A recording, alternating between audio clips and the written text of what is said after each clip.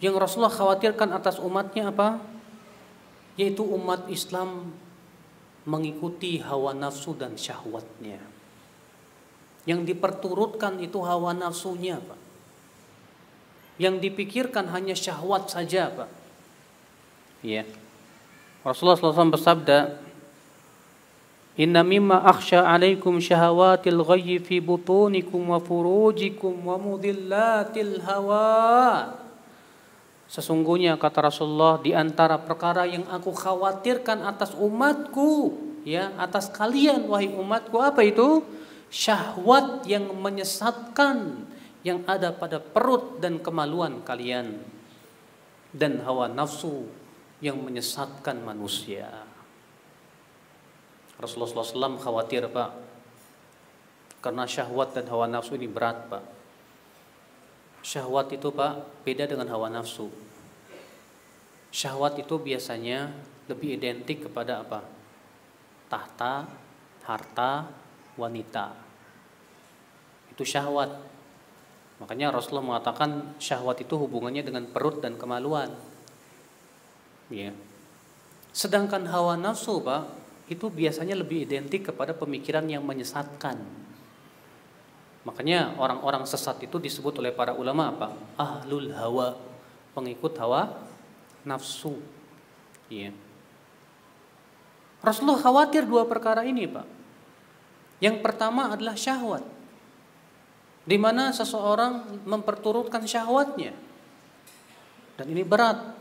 Apabila seseorang memperturutkan syahwatnya saja, yang dia pikirkan syahwatnya, dia tidak akan pernah memikirkan agama Allah Subhanahu wa taala. Tidak peduli halal apa haram, tidak peduli apakah ini haram, apakah ini wajib atau enggak peduli, Pak. Yang penting syahwatnya ya dapat dia.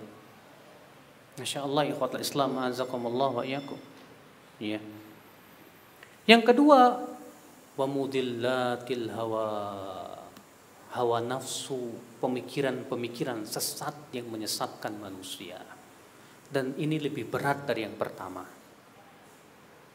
Kalau yang pertama, orang yang ngikutin syahwat terkadang tidak sampai merusak akidah, tidak sampai merusak ibadah.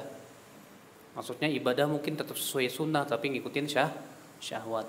Tapi yang kedua ini meluluh lantakan agama seseorang, merusak akidah, merusak tata cara ibadah. Kenapa? Ini masalah berhubungan dengan pemikiran, Pak, akidah dan keyakinan. Iya. Orang-orang Syiah yang pemikirannya bapak-bapak santri tahu mungkin ya, yang mengatakan katanya para sahabat semua kafir, yang mengatakan katanya nikah mut'ah boleh-boleh saja, bahkan mereka menganggap nikah mut'ah itu keutamaannya besar, merusak rumah tangga, merusak agama Islam. Akhirnya mereka mengatakan Al-Quran ini sudah dirubah oleh para sahabat. Belum lagi pemikiran yang lainnya yang mengatakan katanya wali itu sudah tidak terikat lagi dengan syariat. Belum lagi pemikiran banyak, Pak, pemikiran-pemikiran yang merusak sekali, Pak. Apalagi orang-orang liberal yang sangat-sangat kufur pemikiran mereka itu, yang mengatakan katanya semua agama sama, ya, yang melecehkan Al-Quran, yang bahkan seringkali menghina Islam, bahkan mengatakan syariat Islam sudah tidak cocok lagi dengan zaman sekarang. Fala haula wala quwata illa billah. Dan subhanallah, Pak, terkadang banyak orang tua yang tidak peduli anaknya disekolahkan di mana, Pak. Yang penting sekolahnya bonafit, yang penting sekolahnya Masya Allah, ternyata sekolahnya Nasrani, ternyata sekolahnya liberal. Akhirnya apa? Anak-anaknya tumbuh di atas agama, di atas apa? Keyakinan bukan Islam. Islam hanya namanya saja. Islam tinggal KTP saja. Tapi dalam tingkah lakunya, keyakinannya jauh dari Islam. Akibat dari siapa, Pak? Orang tua yang tidak bertanggung jawab, Pak. Iya. Ikhwata Islam, azakumullah wa iyyakum. Kita sebagai orang tua seharusnya, Pak, mengkhawatirkan, yang kita pertama kali khawatirkan terhadap anak apa? Akidahnya. Lihat Nabi Yakub ketika hendak meninggal dunia, dikumpulkan anak-anaknya itu, Nabi Yakub. Iya. Allah berfirman, "Am kuntum syuhada'a idh hadara Yaqub al-maut Apakah kalian menyaksikan ingatlah ketika kematian itu menghadiri Nabi Yakub alaihissalatu wassalam. Apa kata Nabi Yakub kepada anak-anaknya? Ma ta'buduna min ba'di, hai anak-anakku, siapa yang kalian sembah setelahku nanti meninggal dunia? Subhanallah, Nabi Yakub sangat mengkhawatirkan akidah anak-anaknya, Pak. Maka kita sebagai orang tua yang bertanggung jawab, yang akan dimintai pertanggungjawabannya di hadapan Allah, wajib memperhatikan pendidikan anak-anak ini, Pak. Ikhwatul Islam, azakumullah wa iyyakum. Hawa nafsu berupa pemikiran yang menyesatkan ini di zaman sekarang luar biasa, menggeliat sekali, Pak. Iya. Dan harus kita lawan dengan cara apa, Pak? Dengan ilmu dan ulama.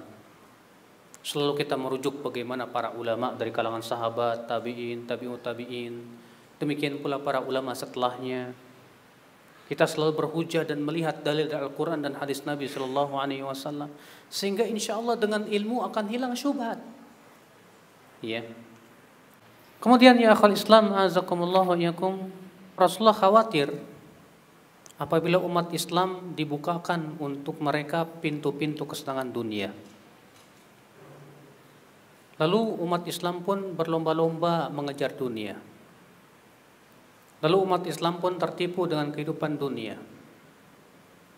Akhirnya apa yang terjadi? Mereka pun berpecah belah karena dunia. Marah mereka karena dunia. Cinta mereka karena dunia. Benci mereka pun karena dunia. Bahkan loyalitas mereka pun karena dunia, bukan lagi karena Allah Subhanahu wa taala. Bahkan karena dunia itulah akhirnya kaum muslimin pun saling menumpahkan darah.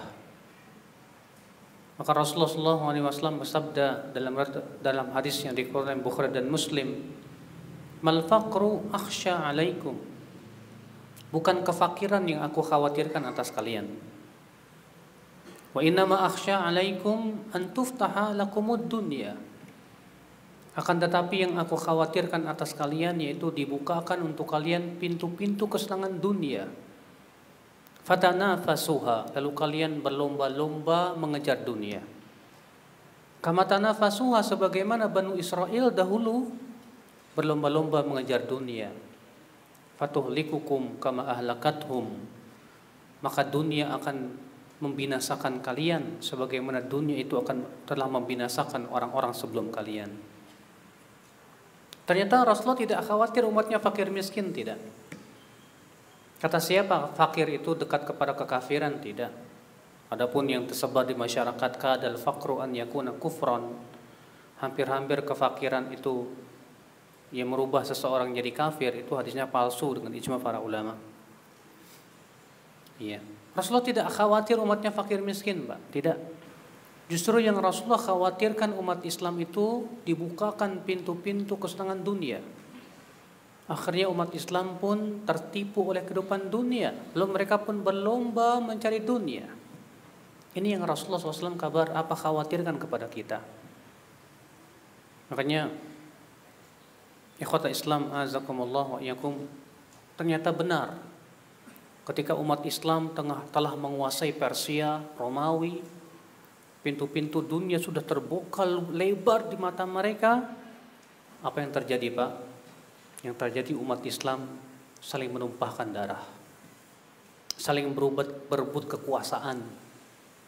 Lihat bagaimana terjadinya peperangan antara Banu Abbasiyah dan Banu Umayyah, yang kemudian berakhir hancurnya kekuasaan Banu Umayyah, yang kemudian ya Algojo Banu Abbasiyah setiap harinya menyembelih 80 orang dari Banu Umayyah. Setelah dibunuh, digelar ya tikar di atas mayat-mayat mereka dan mereka minum arak. Subhanallah, terjadi yang Rasulullah khawatirkan. Untuk apa mereka saling menumpahkan darah, Pak? Demi kekuasaan, demi dunia. Bahkan terkadang kita lihat seseorang karena mencari dunia tidak peduli halal ataupun haram. Kata Rasulullah SAW, ya'ti 'alan nas ya La yubalil an-nas fih min aina iktasabal mal am min halal am min haram. Atau kama qala.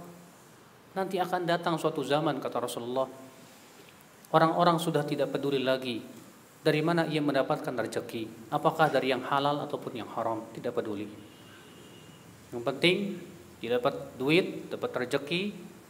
Bahkan terkadang orang menganggap, katanya apa, yang haram saja susah bagi yang halal. Dan kita lihat di negeri kita sendiri, Pak, orang terkadang tidak peduli halal apa haram. Yang penting dapat fulus, yang penting dapat komisi.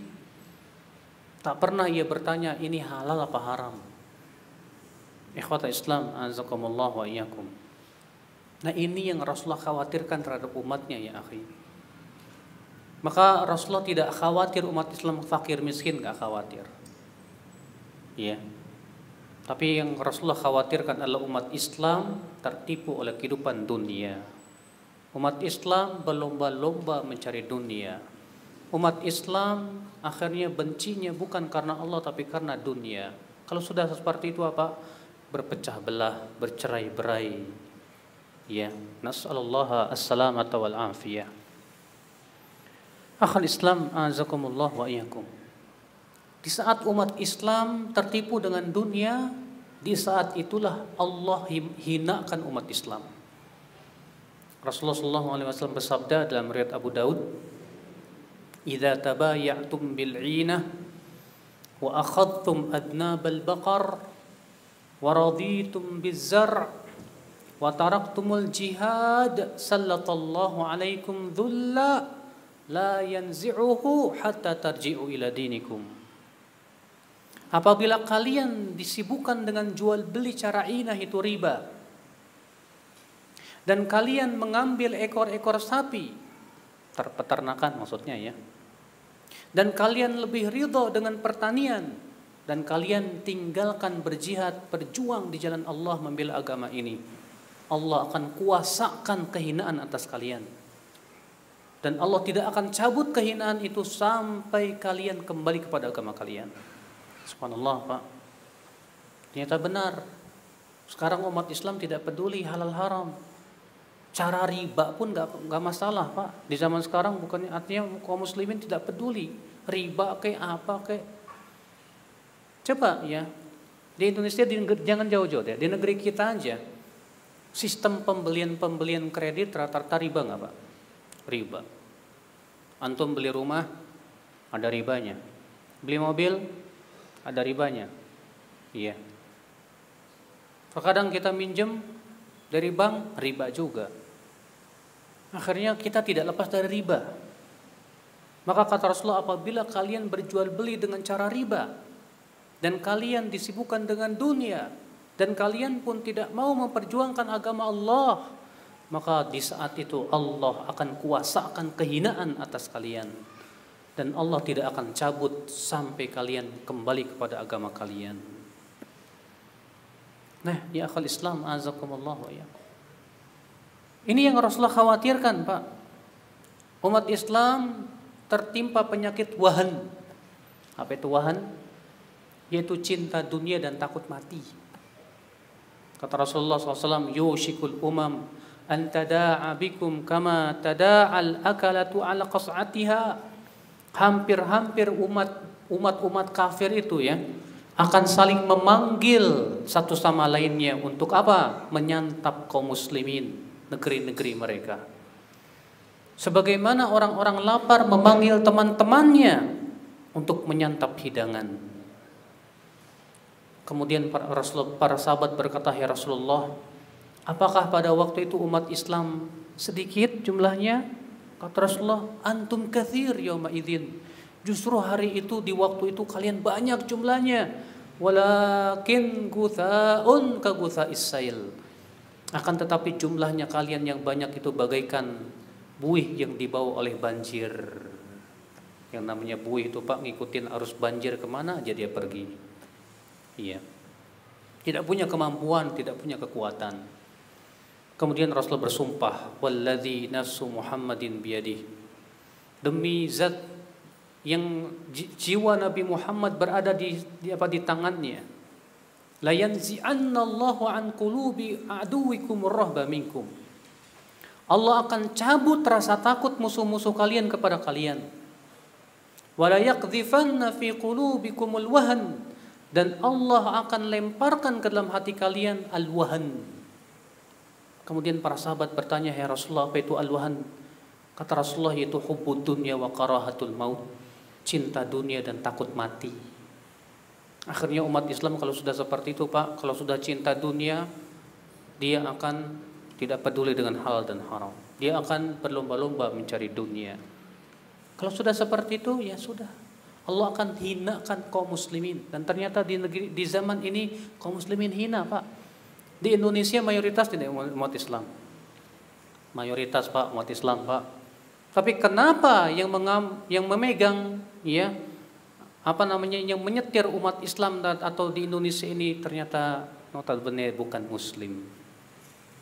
Di Jakarta umat Islam mayoritas. Tapi kok bisa ya yang jadi gubernur ini non muslim? Maka dari itu ya akhwal Islam azakum, kenapa hal itu terjadi? Umat Islamnya nggak mau peduli sama agamanya, Pak. Umat Islam di Indonesia berapa persen? 80%. Yang sholat 5 waktu berapa persen? Yang sholat 5 waktu berapa persen?